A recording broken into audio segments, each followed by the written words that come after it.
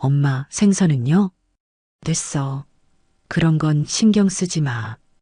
불길이 치솟던 그날, 37살 과부는 재산보다 아이를 먼저 안았습니다. 저것 봐라, 과부가 장터에 나돌아다니네. 손가락질 받던 그녀가 비린내 나는 생선 보따리 하나로 시작한 장사. 3살 딸을 업고 5살 아들 손을 잡고 나선 새벽 장터에서 그녀는 깨달았습니다. 체면이 밥 먹여주냐? 내 새끼가 먼저다. 비린내 나던 보따리가 어떻게 한 집안의 봄이 되었는지 지금부터 그 이야기를 들려드리겠습니다. 안녕하세요. 사랑방 야담에 오신 여러분 반갑습니다. 항상 건강하세요. 영상 전 구독, 좋아요 눌러주시고 오늘 야담 시작하겠습니다. 37살 과부의 새벽은 아직 별이 총총한 시각에 시작되었습니다. 남편을 먼저 보낸 지 석 달째. 집안엔 쌀 한 톨 남지 않았고 쌀독 바닥만 하얗게 드러나 있었지요. 방 한구석엔 남편이 생전에 메고 다니던 낡은 생선 보따리가 덩그러니 놓여 있었습니다. 그녀는 아궁이 앞에 쪼그려 앉아 재만 남은 불씨를 바라보다가 천천히 일어나 아이들을 깨웠습니다. 3살 난 딸아이는 칭얼대며 엄마 등에 엎였고 5살 아들은 잠이 덜 깬 눈으로 엄마 손을 꼭 잡았지요. 형아, 동생 손 꼭 잡고 있어야 해. 오빠는 고개를 끄덕이며 동생의 작은 손을 자기 손에 꼭 껴안았습니다. 그 모습을 본 엄마는 가슴이 뭉클했지만 눈물을 삼켰지요. 새벽 장터로 가는 길은 어둡고 차가웠습니다. 여인은 집보따리 하나를 어깨에 메고 낡은 생선 보따리를 손에 들었습니다. 장터 입구에 다다르자 몇몇 아낙네들이 수군거리는 소리가 들려왔지요. 저것 봐라, 과부가 장터에 나돌아다니네. 아이고, 체면도 없이. 그녀는 귀를 막고 싶었지만 아이들 손을 놓을 수가 없었습니다. 그저 앞만 보고 걸었지요. 속으로는 딱 한마디만 되뇌었습니다. 체면이 밥 먹여주냐? 내 새끼가 먼저다. 생선전 앞에 도착했을 때 주인 영감은 여인을 위아래로 훑어보더니 물었습니다. 생선을 떼어가겠다고? 예, 장사를 좀 해볼까 합니다. 주인 영감은 비웃듯 코웃음을 쳤지만 등에 업힌 딸아이와 손을 꼭 잡은 아들을 보더니 마음이 조금 누그러졌습니다. 외상은 안 돼. 저녁 때까지 팔고 남은 건 도로 가져오고 판 것만큼만 돈 받아갈 거야. 엄마는 고개를 깊이 숙이며 대답했지요. 고맙습니다. 한 마리도 남기지 않고 다 팔아오겠습니다. 그날 여인은 얼음장같이 찬 생선을 손바닥이 터지도록 씻었고 코를 찌르는 비린내를 참아가며 첫 장사를 시작했습니다. 엄마 옆에 앉은 5살 아들은 3살 동생을 꼭 안으며 말했지요. 동생아, 조금만 참아. 엄마가 장사하시는 거야. 생선전 주인 영감은 여인에게 생선 한 광주리를 내주며 단호하게 말했습니다. 외상은 안 돼. 저녁 때까지 팔고 남은 건 도로 가져오고 판 것만큼만 돈 받아갈 거야. 엄마는 고개를 깊이 숙이며 대답했답니다. 고맙습니다. 한 마리도 남기지 않고 다 팔아오겠습니다. 생선 광주리를 받아든 그녀는 장터 한 구석 빈자리에 자리를 폈습니다. 등에 업힌 딸아이는 잠이 들었고 5살 아들은 엄마 옆에 꼿꼿이 앉아 있었지요. 아들은 작은 손으로 동생의 등을 토닥이며 말했습니다. 엄마, 내가 동생 보고 있을게. 엄마는 장사하세요. 그 말에 여인은 눈시울이 뜨거워졌지만 참았습니다. 대신 아들의 머리를 쓰다듬으며 말했지요. 우리 아들 기특하구나. 첫 손님이 다가왔습니다. 머리에 광주리를 인 아낙네였는데 생선을 이리저리 뒤적이더니 물었습니다. 얼마요? 엄마는 떨리는 목소리로 값을 불렀습니다. 하지만 아낙네는 코웃음을 치며 말했지요. 그 값에 누가 사? 옆 좌판이 더 싸던데. 그렇게 첫 손님은 그냥 가버렸습니다. 여인은 당황했지만 곧 마음을 다잡았습니다. 생선을 다시 정리하고 비늘을 한 번 더 훑어내고 손질을 더 깨끗하게 했지요. 해가 중천에 떴을 무렵 한 할머니가 지나가다 좌판 앞에 멈춰 섰습니다. 할머니는 생선을 유심히 보더니 말했지요. 이거 손질이 참 깨끗하네. 아가씨가 직접 한 거요? 예, 할머니. 제가 아침 일찍부터 한 마리 한 마리 정성껏 손질했습니다. 할머니는 생선 2마리를 집어들었습니다. 엄마는 재빨리 생선을 싸면서 작은 생선 1마리를 더 얹어 주었답니다. 할머니, 이건 국물 내시라고 드리는 겁니다. 된장국에 넣으시면 맛이 기가 막힙니다. 할머니는 놀란 표정으로 물었습니다. 아니, 이걸 왜 그냥 줘? 할머니께서 제 첫 손님이세요. 첫 손님은 복을 가져다 준다고 하지 않습니까? 할머니는 빙그레 웃으며 돈을 건네주었습니다. 그리고 떠나기 전에 말했지요. 아가씨, 장사 잘 될 거야. 마음씨가 곱네. 그날 여인은 깨달았습니다. 값을 깎아서 파는 게 장사가 아니라 정성을 얹어서 파는 게 진짜 장사라는 걸 말이지요. 해가 서쪽으로 기울 무렵 생선은 거의 다 팔려나갔습니다. 5살 아들은 하루 종일 동생을 돌보느라 지쳤지만 엄마에게 칭얼대지 않았습니다. 오히려 동생이 올 때마다 작은 손으로 어르며 말했답니다. 동생아, 조금만 참아. 엄마가 장사 끝나면 밥 먹을 수 있어. 그 모습을 본 옆 좌판 아낙네가 떡 한 조각을 건네주었습니다. 에고, 착한 것들. 이거라도 먹어라. 아들은 떡을 받아들고는 먼저 동생 입에 넣어 주었습니다. 동생이 떡을 우물우물 씹는 모습을 보고 나서야 자기 것을 먹었지요. 엄마는 그 광경을 보며 눈물을 참았습니다. 저녁 무렵 여인은 생선전 주인 영감에게 돌아가 정산을 했습니다. 영감은 돈을 세어보더니 고개를 끄덕였습니다. 오늘 다 팔았구만. 내일도 올 거요? 예, 꼭 오겠습니다. 영감은 잠시 망설이더니 말했습니다. 내일은 생선을 조금 더 떼어가도 좋아. 오늘 장사 보니 믿을만하니까. 엄마는 깊이 허리를 숙였습니다. 집으로 돌아가는 길 아들의 손을 잡고 딸을 업고 걸었습니다. 주머니엔 첫 장사로 번 돈이 있었고 가슴엔 희망이 싹트고 있었지요. 여인의 생선 장사는 나날이 손님이 늘어갔습니다. 새벽마다 정성껏 손질한 생선과 덤으로 얹어주는 마음씨 때문이었지요.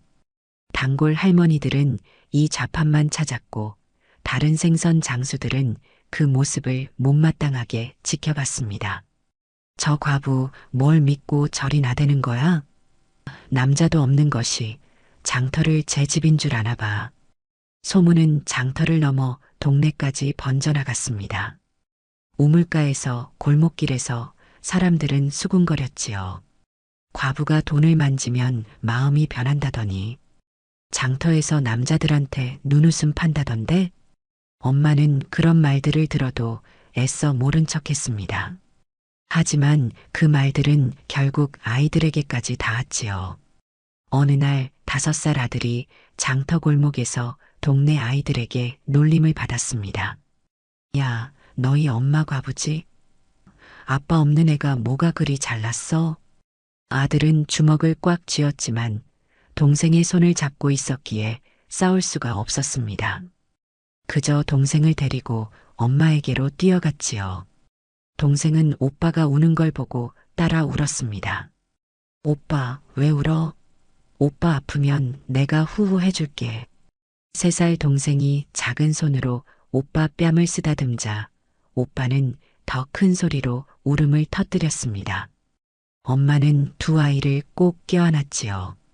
그날 저녁 집으로 돌아오는 길에 아들이 조용히 물었습니다. 엄마, 우리 집은 왜 아빠가 없어요? 여인은 걸음을 멈췄습니다. 가슴이 쿵 내려앉는 것 같았지요. 하지만 아이 앞에서 울 수는 없었습니다. 엄마는 무릎을 꿇고 아들과 눈높이를 맞춘 뒤 말했습니다. 아빠는 하늘나라에 계셔. 우리를 지켜보고 계시지. 애들이 그러는데요. 아빠 없으면 이상한 거래요. 아들아. 엄마는 아들의 어깨를 꼭 잡았습니다. 아빠가 없다고 우리가 작아지는 건 아니야. 우리는 더 단단해질 거야. 엄마가 아빠 목까지 할 거고 너는 동생을 지켜주면 돼. 아들은 눈물을 닦으며 고개를 끄덕였습니다. 그때 등에 업힌 동생이 말했지요. 오빠 울지 마. 나는 오빠가 제일 좋아. 그 말에 아들은 비로소 웃음을 지었습니다. 3살밖에 안 된 동생이지만 오빠의 마음을 어루만질 줄 알았던 겁니다. 그날 밤 여인은 아이들을 재운 뒤 홀로 앉아 생각했습니다. 험담도 손가락질도 견딜 수 있었습니다. 하지만 아이들이 상처받는 건 참을 수가 없었지요. 엄마는 주먹을 불끈 쥐었습니다. 내가 더 잘해야 해. 저 아이들이 당당하게 살 수 있도록. 다음 날 새벽 여인은 여느 때보다 더 일찍 일어났습니다. 생선을 더 깨끗하게 손질하고 좌판을 더 깔끔하게 정리했지요. 그리고 아이들에게도 깨끗한 옷을 입혔습니다. 장터에 나갔을 때 여전히 수군거리는 사람들이 있었습니다. 하지만 엄마는 당당하게 고개를 들고 걸었지요. 한 아낙네가 지나가며 비아냥거렸습니다. 어머, 과부님 오늘 기분 좋으신가 봐요? 여인은 멈춰서서 똑바로 쳐다보며 대답했습니다. 네, 좋습니다. 제 자식들이 건강하고 오늘도 일할 수 있으니까요. 그 당당한 태도에 아낙네는 말문이 막혔습니다. 엄마는 다시 걸음을 옮겼지요. 그날 생선은 그 어느 때보다 빨리 팔려나갔습니다. 단골 할머니들이 일부러 더 찾아왔고 소문을 듣고 온 새 손님들도 있었답니다. 해가 질 무렵 아들이 물었습니다. 엄마, 오늘은 사람들이 더 많이 왔어요. 그래, 우리가 열심히 했으니까. 엄마, 나는 엄마가 제일 멋있어요. 엄마는 아들을 꼭 안아주었습니다.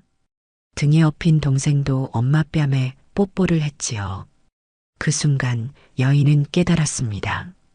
세상의 손가락질보다 중요한 건 아이들이 엄마를 자랑스러워하는 것이라는 걸 말입니다.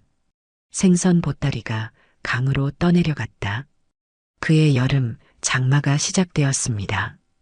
빗줄기는 나흘째 그치지 않았고 장터로 가는 길은 진흙탕이 되어버렸지요. 하지만 여인은 하루도 빠지지 않고 장터로 나갔습니다. 엄마, 오늘은 비가 너무 많이 와요. 5살 아들이 걱정스러운 얼굴로 말했습니다. 3살 동생은 창밖을 보며 무서워했지요. 오빠 무서워. 아들은 동생을 꼭 안아주며 말했습니다. 괜찮아. 오빠가 지켜줄게. 엄마는 두 아이를 보며 마음이 찢어지는 것 같았습니다. 하지만 오늘 장사를 쉬면 내일 먹을 쌀을 살 수가 없었지요. 아들아, 엄마가 빨리 다녀올게. 엄마, 저도 같이 갈래요. 동생이 무서워해요. 여인은 고민 끝에 두 아이를 모두 데리고 나섰습니다. 장터로 가는 길, 개울이 불어나 있었습니다. 평소엔 발목도 안 차던 개울이 무릎까지 차올랐지요. 엄마는 조심조심 건너기 시작했습니다. 아들아, 엄마 손 꼭 잡고 있어야 해. 네, 엄마. 개울 한가운데쯤 왔을 때 갑자기 물살이 세어지더니 발이 헛디뎠습니다. 생선 보따리가 물에 빠졌고 그 안에 생선 절반이 물살에 떠내려가기 시작했지요. 아이고. 여인은 순간적으로 보따리를 잡으려 했지만 아들의 손을 놓칠 수가 없었습니다. 등에 업힌 동생도 울음을 터뜨렸고요. 엄마, 엄마. 아들이 외쳤습니다. 엄마는 이를 악물고 아이들을 먼저 건넜습니다. 개울을 다 건너고 나서 돌아보니 생선 보따리는 물에 반쯤 잠겨 떠내려가고 있었습니다. 하늘이시여. 여인은 주저앉았습니다. 아침에 떼어온 생선의 절반이 사라져버렸지요. 엄마, 울지 마세요. 5살 아들이 젖은 손으로 엄마의 눈물을 닦아주었습니다. 동생도 엄마 등에서 말했지요. 엄마 아프면 내가 후후해줄게. 엄마는 두 아이를 보며 정신을 차렸습니다. 여기서 주저앉을 수는 없었지요. 미안하다, 아들아. 엄마가 정신없었네. 우리 장터 가자. 장터에 도착했을 때 비 때문에 사람이 별로 없었습니다. 그래도 여인은 좌판을 폈습니다. 비가 그치지 않자 손님은 더욱 뜸했지요. 오전 내내 생선은 한 마리도 팔리지 않았습니다. 그때였습니다. 한 할아버지가 지나가다 좌판 앞에 멈춰 섰습니다. 아이고, 이 비에 장사를 하고 있구려. 할아버지는 젖은 아이들을 보더니 안타까운 표정을 지었습니다. 저 어린 것들까지 데리고 나왔구만. 얼마나 어려우면. 할아버지는 남은 생선을 모두 샀습니다. 우리 집에 잔칫날이 있어서 마침 생선이 필요했어. 이게 다 인연이지. 할아버지는 돈을 넉넉히 주고 갔습니다. 그날 밤 아이들을 재운 뒤 여인은 곰곰이 생각했습니다. 비가 올 때마다 이럴 수는 없었지요. 다른 방법을 찾아야 했습니다. 엄마는 부엌으로 가서 소금 항아리를 열었습니다. 그래, 소금 절임을 배워야겠어. 다음 날 여인은 장터의 다른 생선 장수 할머니에게 조심스럽게 물었습니다. 할머니, 소금에 생선 절이는 법 좀 가르쳐 주실 수 있을까요? 할머니는 처음엔 경계했지만 간절한 눈빛을 보고는 마음이 약해졌습니다. 뭐, 그것쯤이야. 이리 와봐. 그날 저녁 엄마는 집에서 생선 절임을 시작했습니다. 아들은 동생을 무릎에 앉히고 이야기를 들려주었답니다. 동생아, 엄마가 저렇게 하면 생선이 오래오래 안 썩어. 그럼 비 오는 날에도 팔 수 있대. 우와, 엄마 대단해. 사흘 뒤 여인은 절인 생선을 장터에 내놓았습니다. 처음엔 사람들이 의아해했지만 맛을 본 단골 할머니들이 입소문을 냈습니다. 이거 구워 먹으면 밥도둑이야. 절임 생선은 그렇게 새로운 상품이 되었습니다. 엄마는 깨달았지요. 위기가 오면 거기서 무너지는 게 아니라 새로운 길을 찾아야 한다는 걸 말입니다. 소금 절임 생선으로 비 오는 날에도 장사를 할 수 있게 된 여인은 또 다른 깨달음을 얻게 되었습니다. 어느 날 한 아낙네가 생선을 사면서 말했지요. 아이고, 이걸 집에 가서 손질하려니까 손이 비리고 일이 많아. 엄마는 그 말을 듣고 가만히 생각했습니다. 그리고 조심스럽게 물었지요. 제가 손질해 드릴까요? 내장도 빼드리고 비늘도 깨끗이 벗겨드리겠습니다. 그래. 그럼 값은 얼마나 더 받을 건데? 손질값은 따로 안 받겠습니다. 대신 다음에도 저한테 오시면 됩니다. 아낙네는 고맙다며 생선을 맡겼습니다. 여인은 정성껏 생선을 손질했지요. 옆에서 지켜보던 5살 아들이 물었습니다. 엄마, 왜 공짜로 해줘요? 아들아, 지금은 공짜지만 나중에는 더 많은 손님이 올 거야. 예상은 적중했습니다. 그 아낙네가 동네에서 소문을 냈고 이틀 뒤부터 손질을 부탁하는 손님이 하나둘 늘어났지요. 한 달쯤 지나자 여인은 결심했습니다. 이제는 손질값을 받아도 되겠다는 생각이 들었습니다. 단골 할머니가 오자 조심스럽게 말했지요. 할머니, 이제부터는 손질해 드리는 것에 약간의 값을 받으려고 합니다. 그래야지, 그래야지. 그동안 공짜로 해줬으니 이제는 받아야 해. 그런데 엄마는 여기서 멈추지 않았습니다. 손질만 하는 게 아니라 손님에게 맞는 조언까지 해주기 시작했답니다. 할머니, 이 생선은 탕으로 끓이셔야 국물이 구수합니다. 이건 구이로 하시면 살이 부드러워요. 손님들은 여인의 조언을 듣고 집에서 요리를 했고 정말 맛있다는 걸 알게 되었습니다. 그러자 더 많은 손님이 이 좌판을 찾았지요.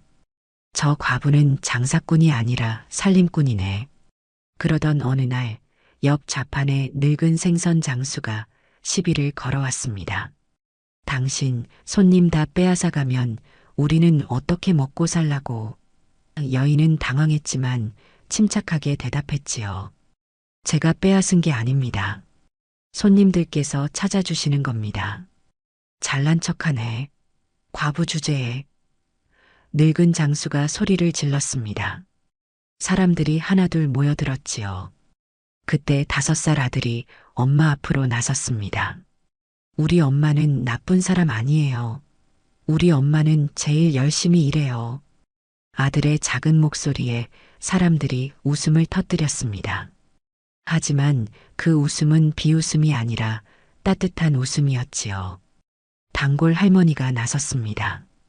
맞아, 저 아가씨는 정직하게 장사해. 우리가 찾아가는 건 당연한 거지.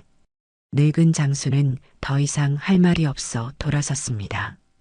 여인은 아들을 꼭 안아주었습니다. 어느 날 부잣집 마님이 좌판 앞에 섰습니다. 비단 옷을 입은 마님은 생선을 살펴보더니 말했습니다. 손질도 해준다면서? 예, 마님께서 원하시는 대로 해드리겠습니다. 마님은 생선 여러 마리를 골랐습니다. 여인은 하나하나 정성껏 손질했지요. 마님, 이 큰 건 찜으로 하시면 좋고요. 이 작은 건 조림으로 하시면 됩니다. 마님은 감탄하며 말했습니다. 댁은 그저 생선만 파는 게 아니구려. 일주일 뒤 마님의 하인이 찾아와 말했지요. 우리 마님께서 앞으로 생선은 당신한테만 사겠다고 하셨소. 엄마는 기쁨에 눈물이 날 뻔했습니다.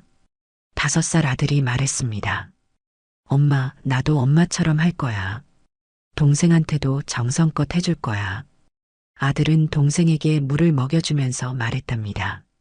동생은 오빠가 떠주는 물을 잘도 마셨지요. 오빠 고마워. 동생아, 우리는 서로 도와줘야 해. 엄마는 두 아이가 서로를 아끼는 모습에 마음이 따뜻해졌습니다. 그렇게 여인은 장터에서 믿음을 얹어 팔기 시작했고 아이들은 서로 사랑하며 자라고 있었지요. 여인의 장사가 잘 되면서 이제는 매일 저녁쌀을 살 수 있게 되었습니다.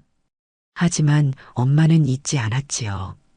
3달 전 자신이 쌀 한 대를 외상으로 달라고 했을 때 매몰차게 거절하던 쌀가게 주인의 얼굴을 말입니다. 그날은 지금도 생생했습니다. 두 아이를 데리고 쌀가게 앞에 섰을 때 주인은 코웃음을 치며 말했었지요. 외상? 과부가 무슨 돈으로 갚을 건데? 여인은 그때 무릎을 꿇고 빌었습니다. 하지만 주인은 돌아서 버렸지요. 이제는 달랐습니다. 엄마는 당당히 쌀가게에 들어가 돈을 내고 쌀을 샀습니다. 주인은 어색하게 웃었습니다. 오, 생선 장사가 잘 되나 보구려. 덕분에 먹고는 살게 되었습니다. 며칠 뒤 장터에서 쌀가게 주인을 다시 만났습니다.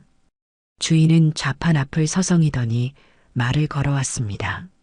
사실은 말이야, 요즘 우리 집에 생선 국물이 그리워서 혹시 생선 좀 살 수 있을까? 얼마든지요. 어떤 걸로 드릴까요? 여인은 친절하게 대했습니다. 주인은 그제야 안도하며 생선을 골랐지요. 엄마는 정성껏 손질해 주었습니다. 국거리로 좋은 건 이거고요. 이 작은 건 덤으로 드리겠습니다. 아니, 덤까지? 예, 단골 손님은 항상 덤을 드립니다. 주인은 어리둥절한 표정이었습니다. 3달 전 자기가 쌀 한 대도 안 준 사람에게 여인은 덤까지 얹어주고 있었던 겁니다. 일주일쯤 지났을 때였습니다. 엄마가 쌀을 사러 가려는데 주머니에 돈이 조금 모자랐습니다. 여인은 고민하다가 용기를 내어 주인에게 말했습니다. 주인어른, 한 가지 제안이 있습니다. 제안? 제가 생선 국물 내는 잡어를 드리겠습니다. 신선하고 국물 맛 좋은 것으로요. 대신 오늘 쌀값은 내일 장사하고 갚아도 될까요? 주인은 잠시 망설였습니다. 하지만 지난 일주일 동안 이 집에서 산 생선이 정말 좋았던 게 떠올랐지요. 좋아. 그렇게 하지. 다음 날 새벽 여인은 약속대로 돈을 갚았습니다. 그리고 약속한 대로 신선한 잡어 한 보따리도 가져다 주었답니다. 주인은 감탄했습니다. 이런 싱싱한 잡어를. 고맙소. 제가 고맙지요. 덕분에 어제 아이들 밥 굶기지 않았습니다. 그날 이후 쌀가게 주인은 여인을 완전히 다르게 대했습니다. 소문은 빠르게 퍼졌고 다른 가게 주인들도 관심을 가지기 시작했습니다. 반찬 가게 주인이 찾아와 말했지요. 혹시 생선으로 만든 반찬도 팔 수 있소? 엄마는 그날 저녁집에서 생선 조림을 만들었습니다.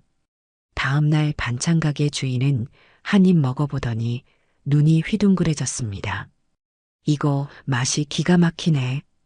그렇게 여인은 생선 장사에 반찬 만드는 일까지 더하게 되었습니다. 동네 사람들은 이제 엄마를 달리 보기 시작했습니다. 예전엔 불쌍한 과부였지만 이제는 당당한 장사꾼이 되었지요. 쌀가게 주인은 아는 사람에게 이렇게 말했답니다. 저 여자는 물건만 파는 게 아니라 사람과 신뢰를 쌓더라고. 여인은 깨달았습니다. 구걸에서 얻는 것보다 당당히 거래하며 얻는 게 훨씬 값지다는 걸 말이지요. 여인의 생선 장사는 이제 장터에서 소문난 좌판이 되었습니다. 매일 아침 손님들이 줄을 섰고 점심때가 되면 생선이 다 팔려나갔지요. 그런 어느 날 비단 두루마기를 입은 사내가 좌판 앞에 섰습니다. 장터의 큰손이라 불리는 중개상 박서방이었지요. 소문은 들었는데 직접 보니 과연 장사를 잘하시는구려. 나는 이 장터에서 여러 장사를 관리하는 사람이요. 당신 같은 사람이 혼자 고생하는 걸 보니 안타깝소. 내 밑으로 들어오면 어떻겠소? 박서방은 달콤한 미소를 지으며 계속 말했답니다. 내가 생선을 대량으로 떼다 주겠소. 당신은 손질만 하면 되고 판매는 내 사람들이 할 거요. 옆에서 듣고 있던 5살 아들이 엄마 치맛자락을 잡았습니다. 뭔가 불안한 느낌이 들었지요. 엄마는 잠시 고민했습니다. 사실 요즘 너무 힘들었던 게 사실이었습니다. 생각해 볼 시간을 주시겠습니까? 박서방이 떠나고 나자 옆 좌판의 채소 장수 할머니가 조용히 다가왔습니다. 아가씨, 그 사람 조심해야 해. 저 사람 밑으로 들어간 사람들 봤어. 처음엔 편하다고 좋아하더니 나중엔 빚더미에 앉더라고. 그날 밤 여인은 잠을 이루지 못했습니다. 박서방의 제안이 자꾸 머릿속을 맴돌았지요. 사흘이 지났습니다. 박서방이 다시 찾아왔습니다. 생각은 해보셨소? 엄마가 말을 머뭇거리는데 갑자기 5살 아들이 앞으로 나섰습니다. 아저씨, 우리 엄마는 안 할 거예요. 어머, 꼬마 녀석이. 우리 집은 엄마가 대장이에요. 아저씨 말 안 들어도 돼요.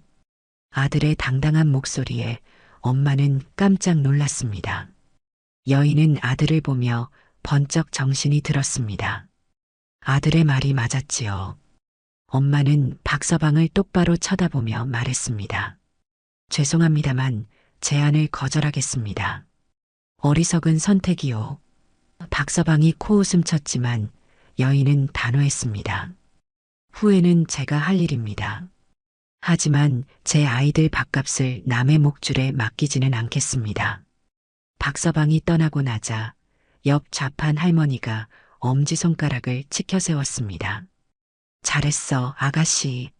5살 아들이 엄마 손을 꼭 잡았습니다. 엄마, 내가 더 도와줄게요. 그날 저녁 집으로 돌아가는 길에 아들이 동생 손을 잡고 노래를 불렀습니다. 엄마는 대장, 우리 엄마는 대장 동생도 따라 불렀지요. 엄마 대장, 최고 대장. 엄마는 그 노래를 들으며 걸었습니다. 비록 앞길이 험할지 몰라도 이 아이들과 함께라면 이겨낼 수 있을 것 같았습니다. 당당하게 사는 게 100배 낫다고 생각하면서 말이지요. 가을이 깊어지던 어느 날이었습니다. 여인은 새벽같이 일어나 장터로 나갔습니다. 찬바람이 불기 시작했지만 아이들은 엄마를 따라 나섰지요. 5살 아들은 3살 동생 손을 꼭 잡고 말했습니다. 동생아, 춥지? 내가 손 녹여줄게. 아들은 동생의 작은 손을 호호 불어주었습니다. 해가 뜨기 시작할 무렵이었습니다. 갑자기 장터 한쪽에서 비명소리가 들렸지요. 불이야, 불이야. 엄마가 고개를 돌리니 곡식 창고 쪽에서 연기가 피어오르고 있었습니다. 순식간에 불길이 번지기 시작했지요. 큰일 났다. 빨리 피해. 장터가 순식간에 아수라장이 되었습니다. 사람들은 각자 물건을 챙기느라 정신이 없었지요. 불길은 바람을 타고 빠르게 번져왔습니다. 여인의 좌판 쪽으로도 불티가 날아들기 시작했답니다. 엄마는 순간 멈칫했습니다. 눈앞에는 오늘 아침 떼어온 생선 한 광주리가 있었습니다. 저걸 버리면 오늘 하루벌이가 날아가는 겁니다. 머릿속이 복잡해졌습니다. 하지만 그 순간 5살 아들이 3살 동생을 꼭 안고 있는 모습이 눈에 들어왔습니다. 아들은 무서워 떨고 있는 동생을 품에 꼭 안고 말하고 있었지요. 동생아, 무서워하지 마. 오빠가 지켜줄게. 엄마가 우리 구해줄 거야. 그 목소리가 엄마의 귀에 들렸습니다. 여인은 망설임 없이 생선 광주리를 내팽개치고 2 아이에게 달려갔습니다. 아들아, 딸아. 엄마는 3살 동생을 등에 업고 5살 아들의 손을 꼭 잡았습니다. 엄마, 생선은요? 됐어. 그런 건 신경 쓰지 마. 여인은 2 아이를 데리고 장터 밖으로 뛰었습니다. 뒤를 돌아보니 자기 좌판에 불이 붙기 시작했지요. 괜찮아, 괜찮아. 우리가 무사하면 그걸로 된 거야. 3살 동생이 엄마 등에서 울먹였습니다. 엄마, 무서워. 안 무서워. 엄마가 있잖아. 불길은 한참을 타오르다가 장터 사람들이 힘을 합쳐 겨우 껐습니다. 장터의 절반이 잿더미가 되어 있었지요. 그때였습니다. 장터의 쌀가게 주인이 여인에게 다가왔습니다. 아가씨, 다친 데는 없소? 네, 저희는 괜찮습니다. 물건은 다 탔겠구려. 예. 하지만 괜찮습니다. 물건은 다시 벌면 되니까요. 주인은 고개를 끄덕였습니다. 그리고 다른 장터 사람들에게 말했지요. 여러분, 저 과부를 보시오. 재산을 다 잃었는데도 아이들만 챙겼소. 채소 장수 할머니도 거들었습니다. 맞아. 나는 봤어. 저 여자가 생선 광주리를 버리고 아이들한테 먼저 달려가는 걸. 사람들이 여인을 다시 보기 시작했습니다. 한 할아버지가 앞으로 나섰습니다. 저 여자는 진짜 어미야. 물건보다 자식이 먼저인 게 당연한 건데 요즘 세상에 그런 사람이 몇이나 되겠소? 사람들이 하나둘 다가와 도와주겠다고 말했지요. 생선전 주인 영감도 나타났습니다. 아가씨, 오늘 일은 안 됐소. 내일부터 다시 생선 떼어 가시오. 돈은 나중에 갚아도 되니까. 엄마는 더 이상 참지 못하고 울음을 터뜨렸습니다. 엄마, 울지 마세요. 아들이 엄마 손을 잡았습니다. 우리가 있잖아요. 우리 다시 시작하면 돼요. 그날 저녁 장터 사람들이 모여 회의를 했습니다. 불에 탄 좌판 자리를 다시 배정하는 자리였지요. 과부 아가씨는 좋은 자리를 드려야 해. 결국 여인은 장터 입구에 가장 좋은 자리를 배정받았습니다. 다음 날 새벽 엄마는 다시 일어나 장터로 나갔습니다. 새로운 자리는 정말 좋았습니다. 사람들이 지나다니며 좌판을 먼저 봤지요. 그날 생선은 전보다 더 빨리 팔려나갔습니다. 사람들은 물건만 사는 게 아니라 엄마의 마음을 사고 있었던 겁니다. 불이 난 지 석 달이 지났습니다. 여인은 새로운 자리에서 장사를 이어갔고 조금씩 종잇돈을 모으기 시작했지요. 밤마다 아이들을 재운 뒤 항아리 속에 돈을 한 푼, 두 푼 넣었습니다. 5살 아들은 어느새 6살이 되었고 3살 동생도 4살이 되었습니다. 아들은 이제 제법 엄마 일을 도울 수 있었지요. 엄마, 제가 생선 씻을게요. 아들은 작은 손으로 생선을 조심조심 씻었습니다. 겨울이 왔습니다. 찬바람이 불고 눈이 내렸지만 여인은 하루도 빠지지 않고 장터로 나갔지요. 어느 날 저녁 집으로 돌아와 항아리를 열어보니 돈이 제법 모여 있었습니다. 엄마는 돈을 세어보며 생각했답니다.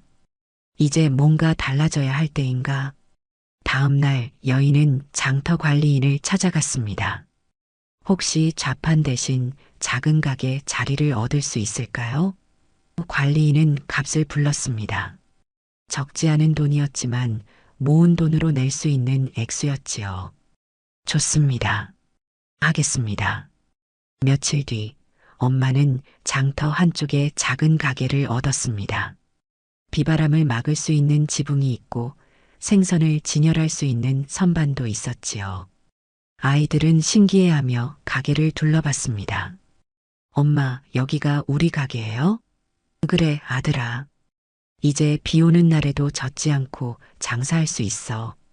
가게를 연 첫날 단골 손님들이 찾아왔습니다.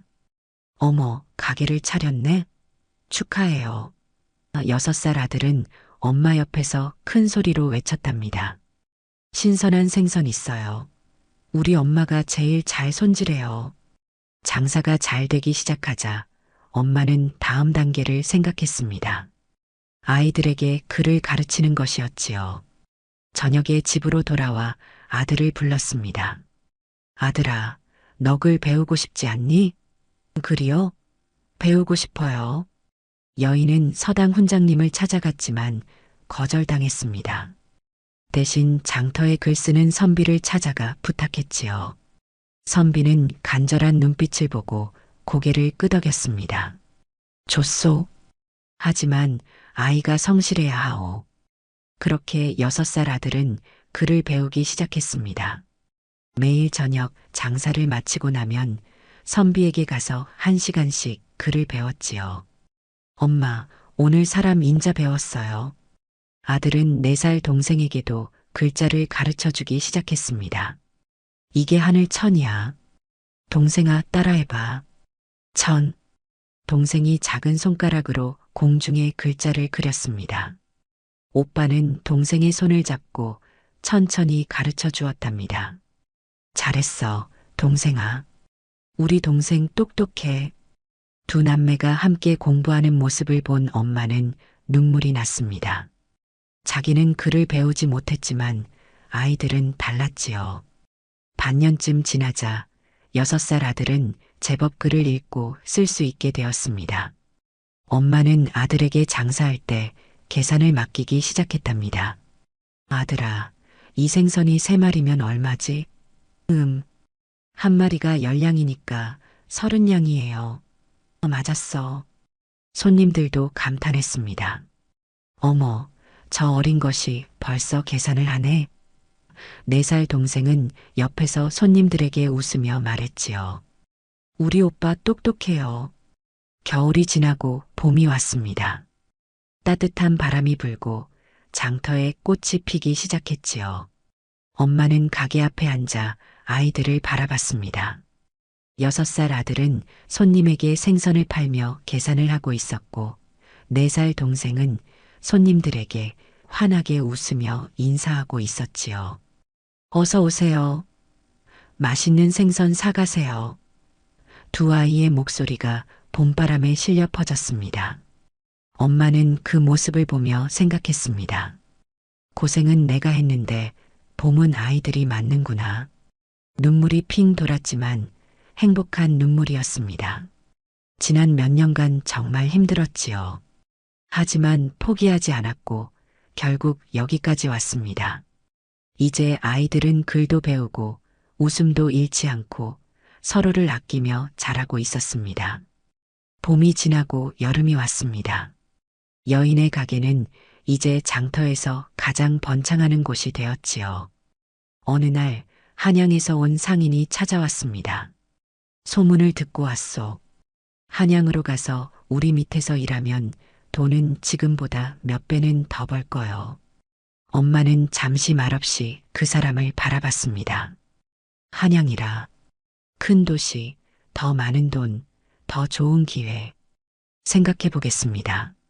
그날 저녁 집으로 돌아와 6살 아들에게 물었습니다. 아들아, 한양이라는 곳 알아? 네, 크고 좋은 곳이래요. 만약 우리가 한양으로 가면 어떨 것 같아? 아들은 잠시 생각하더니 대답했습니다. 엄마가 가자면 가요. 하지만 나는 여기가 좋아요. 며칠이 지났습니다. 여인은 장터에서 일하며 주변을 둘러봤지요. 생선전 주인 영감은 오늘도 좋은 생선을 골라주고 있었습니다. 쌀가게 주인은 지나가며 웃으며 인사했고요. 채소 장수 할머니는 아이들에게 과일을 하나씩 쥐어주었습니다. 엄마는 그 모습을 보며 가슴이 뭉클해졌습니다. 여기 있는 사람들은 그저 장사 관계가 아니었지요. 서로 돕고 아끼고 함께 살아가는 이웃이었습니다. 그날 저녁 집으로 돌아가는 길에 아들이 말했습니다. 엄마, 여기 사람들 다 좋아요. 나는 여기가 좋아요. 여인은 걸음을 멈췄습니다. 4살 동생도 말했지요. 나도 여기 좋아. 할머니들 다 예쁘고 친구들도 있어. 엄마는 두 아이를 바라봤습니다. 아이들은 이미 이곳에 뿌리를 내리고 있었지요. 이웃들과 관계를 맺고 정을 나누며 자라고 있었습니다. 그 순간 여인은 깨달았습니다. 아이들에게 필요한 건 많은 돈이 아니라 사람의 정이었습니다. 서로 돕고 사는 이웃, 어려울 때 손 내밀어주는 사람들, 그런 어른들을 보며 자라는 것이 진짜 교육이었지요. 엄마가 결정했어. 우리 여기 남을 거야. 정말요? 아들의 얼굴이 환해졌습니다. 동생도 깡충깡충 뛰며 좋아했지요. 다음 날 한양에서 온 상인에게 말했습니다. 죄송하지만 제안을 거절하겠습니다. 왜요? 여기엔 제 아이들이 사람의 정을 배울 수 있는 어른들이 있습니다. 돈으로 살 수 없는 것들이지요. 그 소식은 금방 장터에 퍼졌습니다. 사람들이 하나둘 찾아와 말했답니다. 잘 결정했어. 우리도 당신이 가면 섭섭했을 거야. 저녁이 되어 집으로 돌아왔습니다. 초가집은 여전히 낡았지만 이제는 따뜻한 보금자리가 되어 있었지요. 엄마는 처마 아래에서 아이들과 함께 저녁을 먹었습니다. 엄마, 오늘 정말 기뻐요. 6살 아들이 말했습니다. 왜? 우리가 여기 남기로 해서요. 엄마는 두 아이를 보며 미소 지었습니다.